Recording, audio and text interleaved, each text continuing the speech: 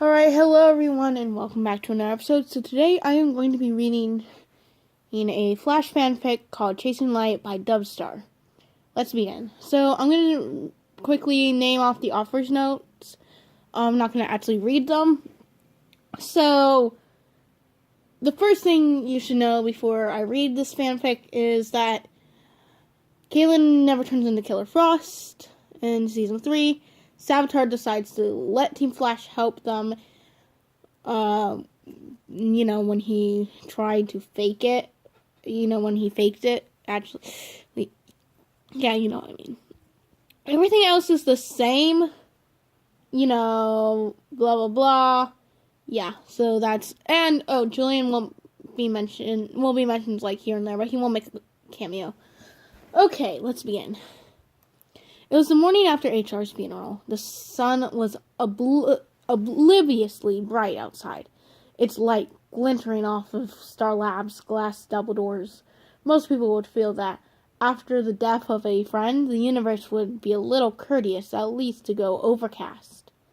But the team, still using the site of the renowned particle accelerator, welcomed the nice day.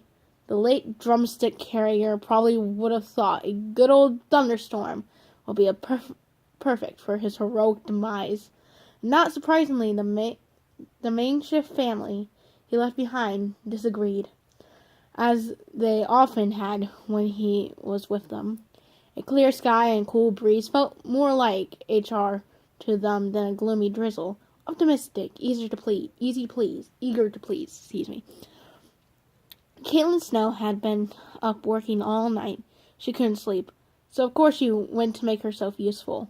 The events of the last day and a half kept her from even dozing.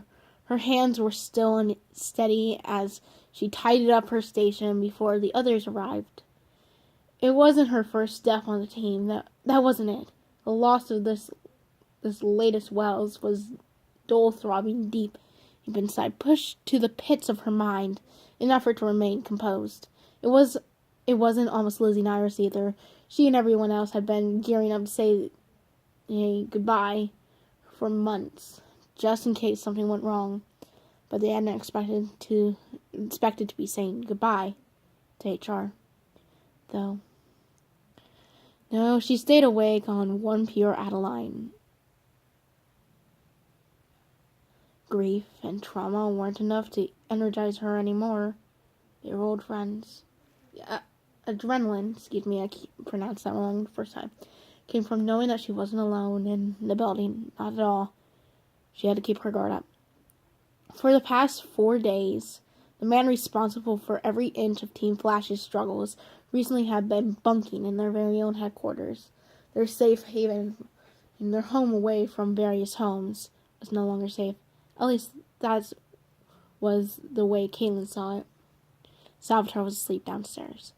Poor Tracy had wanted to chuck the wicked speedster back into the Speed Force the moment Barry Allen had brought him to them, and no one could blame her.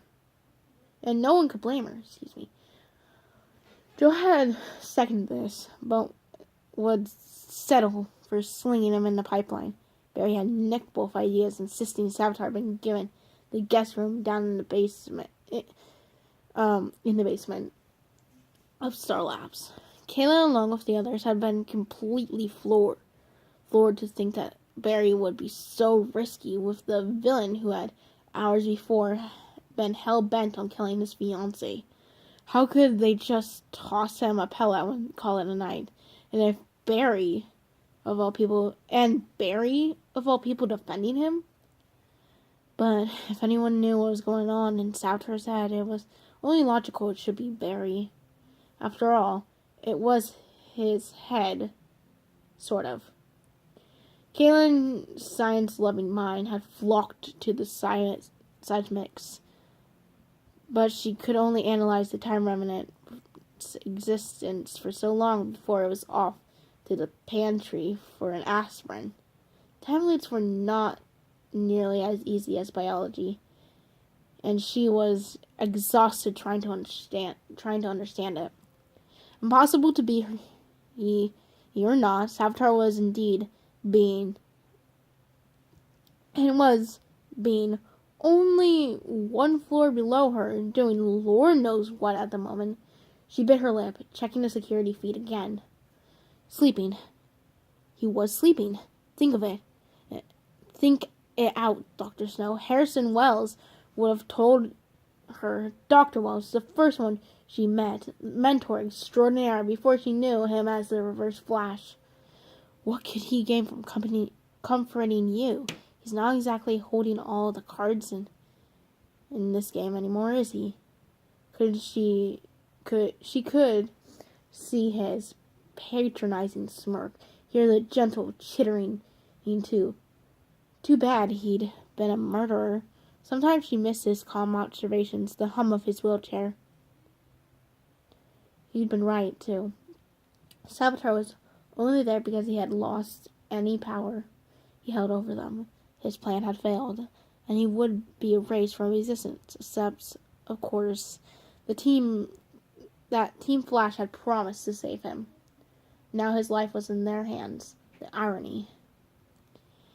Kaylin glanced at the monitor again, inhaling very slowly and running her tongue along the inside of her cheek, a mental exercise in calming the nerves. Savitar still wasn't going anywhere, though the image was fuzzy. She could see he was on his side, no blankets. He hadn't even changed clothes. For someone whose breathing spoke of sleep, his posture was practically crystallized. She wondered how anyone could sleep when they were that tense. Was he lying there awake, faking it, staring into nothingness? She could think of a few things creepier in the early morning hours, with no sleep herself. The sound of footsteps in the corridors behind her made her whip around. It couldn't be Barry, Wally, or Savitar. They wouldn't bore themselves with that average of a pace. They'd just explode in lightning everywhere. For a moment, she checked for the smell of coffee. HR would be bringing her a treat from Jitters around this time, inhumanly chipper. Then she remembered and wondered if Tracy was waking up to the same memories at that moment. Instead of Wells, Cisco entered the Cortex, carrying a dozen Krispy Kreme donuts and balancing his phone on top of the box. Eyes glued to its screen, he realized he was reading Iris's article on the latest Flash adventure, with a tribute to HR towards the end. Dr. Snow had read it twice over, just after midnight, when Iris had copied it to her blog. What are you doing here so early? Kaylin demanded, clearing a space on the desk for the donuts. I could ask you the same thing. Sisu's voice was dull. His eyes weren't as bright as usual. It could have been the time, but Kaylin knew him well enough to know he wasn't sleepy. He was sad. As much as HR had pushed his buttons, Cisco would always feel empty without at least one Harrison Wells at his shoulder. Did you give me a Kriller? She wanted to cheer him up. Cisco wasn't happy. No one was happy. Cisco flipped the lid and up with two fingers, using the other hand to boot up the other computer. At least 3 Krillers had been included in the dozen. And though Kaylin didn't feel much like eating, she gingerly picked one for his sake. Calories soothed the soul. I couldn't get sleep. Kaylin explained, folding her donut in the napkin and dabbing at her lips. She took another look at her partner's expression, noticing the bags beneath his eyes. I'm guessing you were having a little trouble with that yourself, she added gently. Cisco shook his head slightly. Hard to sleep when you know Mr. Hyde's waiting for you at work. Excuse me. I'm going to read that. Hard to sleep when you know Mr. Hyde's waiting for you at work, he muttered, glancing at her. Where is he? Kalen turned the monitor so he could see. No, excuse me. Again, I need to fix that. Caitlin turned the monitor so he could see it. Sleeping. Cisco leaned to study the image, then actually curled his lips, scuffling. Yeah, right. Yeah, right. I bet my Kriller. He's been plotting all night. Cisco, what could he be plotting?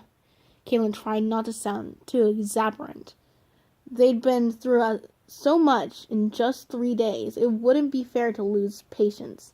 But she was tired, and Cisco was just petty. It's not like he can do much of anything. Any minute he could be wiped from existence, remember? She straightened in her chair. Did you say your Kriller? He picked one up. One for you, one for me. There are 3 of them. Yeah, and this one's mine. I don't eat the other kind, Cisco. Oops! He stuffed half the tree into his mouth, cheeks bulging. He nodded to the screen, showing Savitar's room, eyebrows perking, grumbling around the donut. Good riddance. God riddance. We promised we'd help him, Kayla reminded him, but tightening her fingers against the bottom of her chair told him she agreed. Good riddance. Savitar may have been willing to accept help, but that didn't mean he was sorry. Their friend was dead, and that murderer had been unintentional. What if it had been Iris after all? Barry would never have recovered. Flash was made of gold, and though technically gold couldn't rust, if anything could cause him to, Caitlin knew it was losing Iris. Without her, had been proven, he let himself become invaluable. And they couldn't have that, not to mention the sweet Wally and her father Joe would have done. And then there was the icing on top the cake. He trapped Wally in the Speed Force once, possessed Julie, and deceived generations into worshipping him, and murdered hundreds.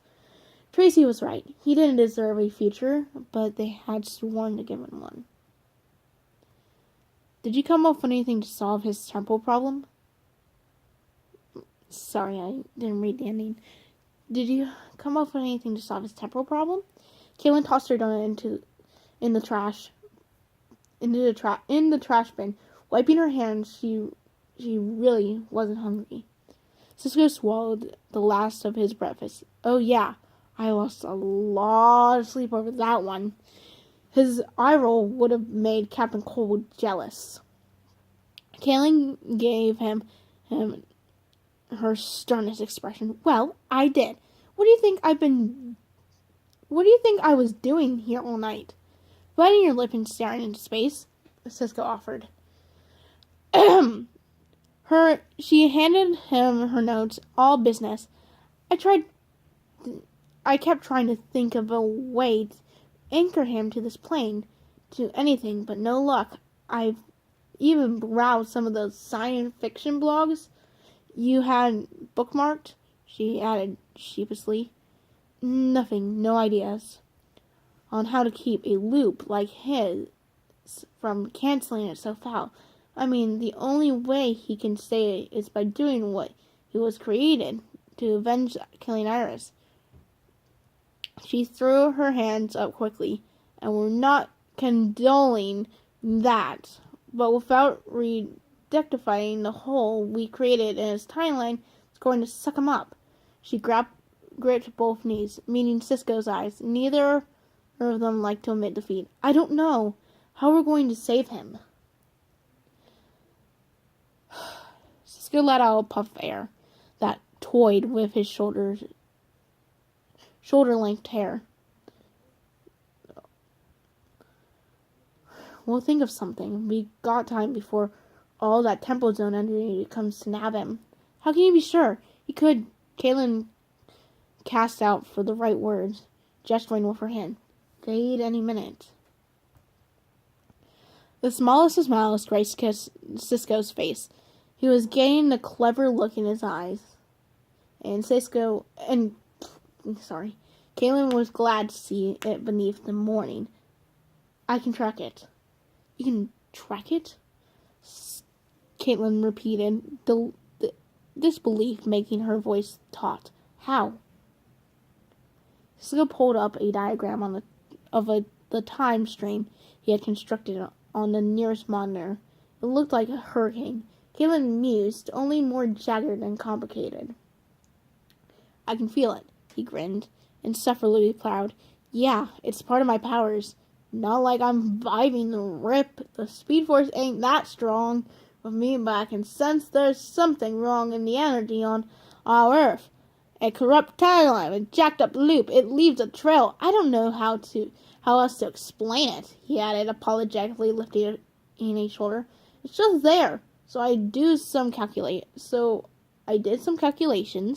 We got at least 2 days before he should start withering a will. But Caitlin looked at their ever-helpful glass demonstration board, then back at the diagram. She leaned forward, zooming in. It's not that straightforward. I mean, we're dealing with a loop. Something that doesn't make sense to begin with. Theoretically, anything could change. He could be gone in the next hour. Cisco folded his arms. Nah. See, that's the thing. Anything could change. Not killing Iris. Come here for help. Everything unexpected he does slows it down. It's like he has to accommodate for the differences that keep taking place. So all we have to do is keep making changes. No, sorry about that. I'll reread that. Caitlin stood up. Caitlin stood up, tearing her eyes from the screen. So all we have to do is keep making changes. That'll only delay it by like a hair. Cisco had started typing, running tests, doing his thing. It's too strong to be held back for much longer. Ready or not, Kate, he's got 2 days. That's it. We gotta work fast. He paused, crossing his eyes a little. This is all still just like speculation, though. I mean, I could be totally wrong, and he's gone right now. Bye, Felicia. They both looked sharply back at the security feed. Caitlin's eyes grew so wide it hurt, and she had to blink several times to keep the water at bay. He's not there. The bed was empty. Cisco gave her an equally alarmed glance. Caitlin swallowed. Cisco looking for somebody? Cisco let out a vain, minuscule shriek. And Caitlin spun around, jumping at least 3 feet into the air in high heels. She was never, ever going to get used to it. Salvatore was not Barry Allen. Her Barry, their Barry, the forensic scientist with the child's smile, and the hero who liked to play Operation. Salvatore was a murderer and a liar, but he had Barry's face. He had one green eye, ridiculously familiar, lacking the softness Caitlin was so fond of. His grin, was the same grin Barry wore when he caught them all by surprise, showing up in the cortex in a blur of light and papers. Same hair, same voice, a little throatier, but otherwise the same height, same posture. He even favored the right side of the desk the way Barry did. Only a network of scars and a milky left eye told them who they were really seeing. And he was looking at them with so much intelligence, so much calculation. He knew them. He knew their strengths and their weaknesses. He just stared and stared like he was reading a museum plaque. Caitlin hated that he watched them with their hero eyes, that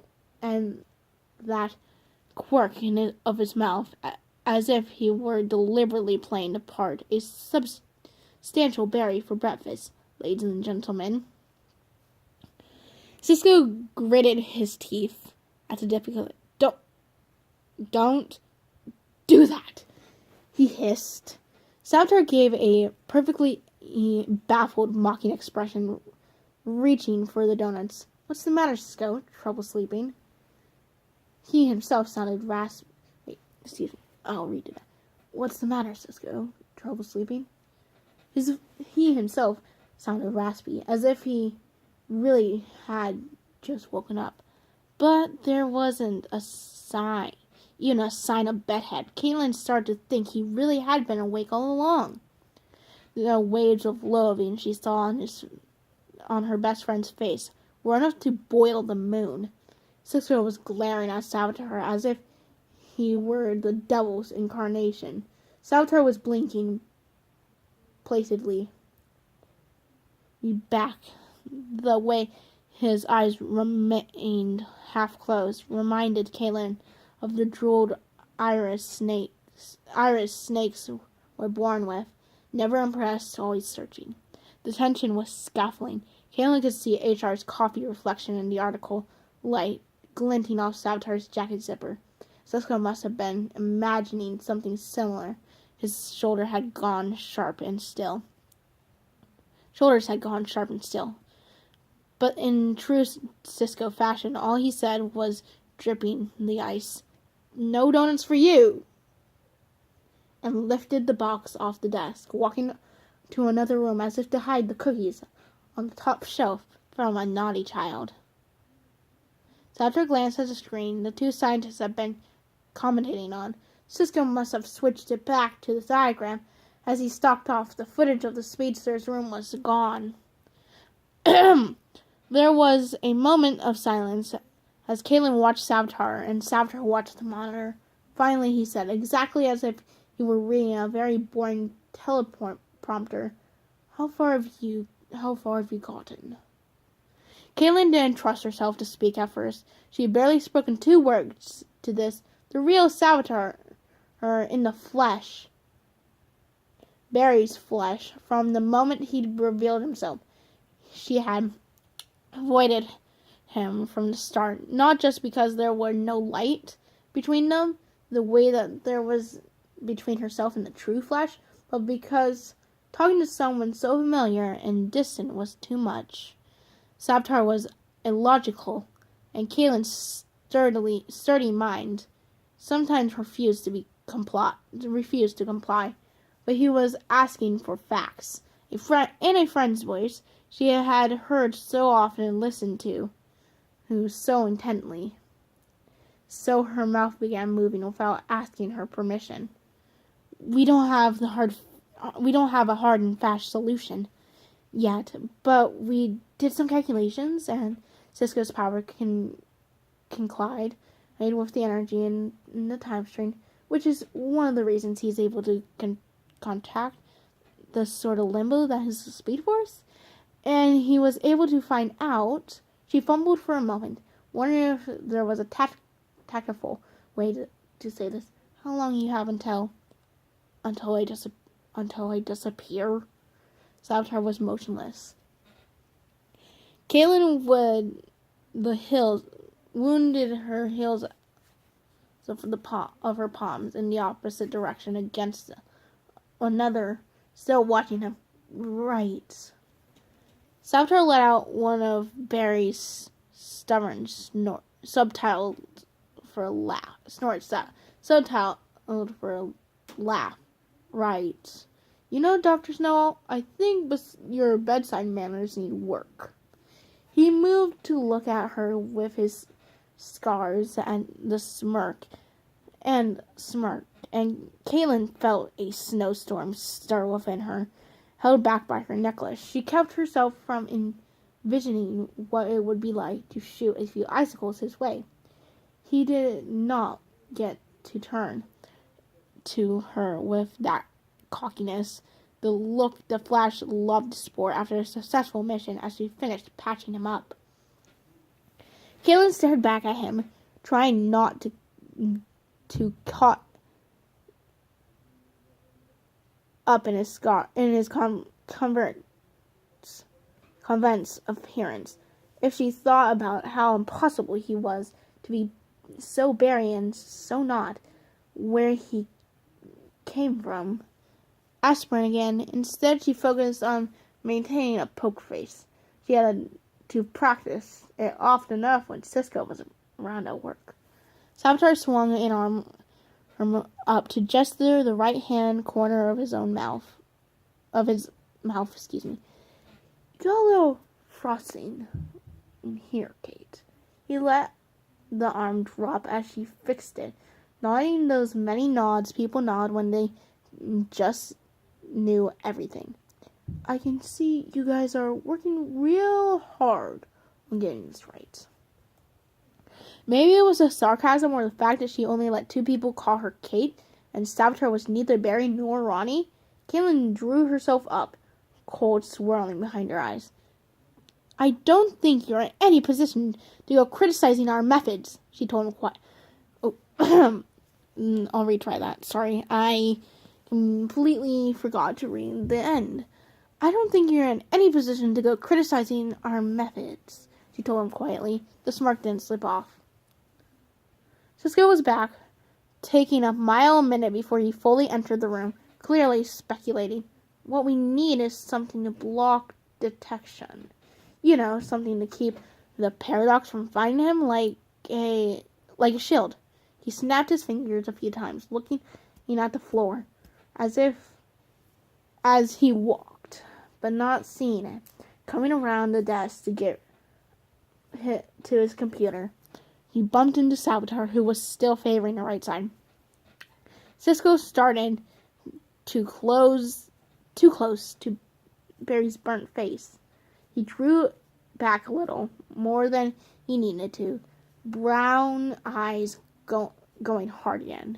Savitar lifted a hand in a small wave, a jovial plastic smiling. Sprang up. Hi, Cisco. Are you still here? Cisco looked Savitar up and down, shaking his head a little, on his way around him. Sure looks like it, doesn't it, buddy? Cisco pointed a lollipop at him. Caitlin hadn't realized he retrieved. Don't call me that.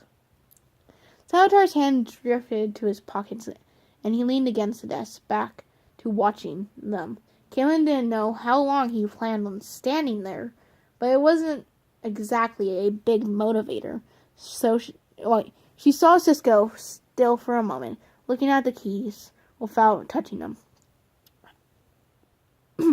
How's the view back there, Doringo? How's the view back there, Doringo? Cisco said loudly. We're trying to get stuff done here. Done. Excuse me, I added an extra word. Your leg's broken? Want me to break yours? Savitar replied lazily. Cisco turned around too quickly to maintain nonchalance. Hey, okay, no. No, you don't get to make threats anymore. You get it? You got it? We could just be twiddling our thumbs here, watching you blip out of time. But no, we're not. Because our friend asked us to fix you. So how about you show a little gratitude and leave us alone so we can save your clinically insane butt? Huh? Savitar was laughing before Cisco had finished speaking. It was very quiet, and at first they didn't realize it was happening because he had let his head drop. His shoulders bobbed.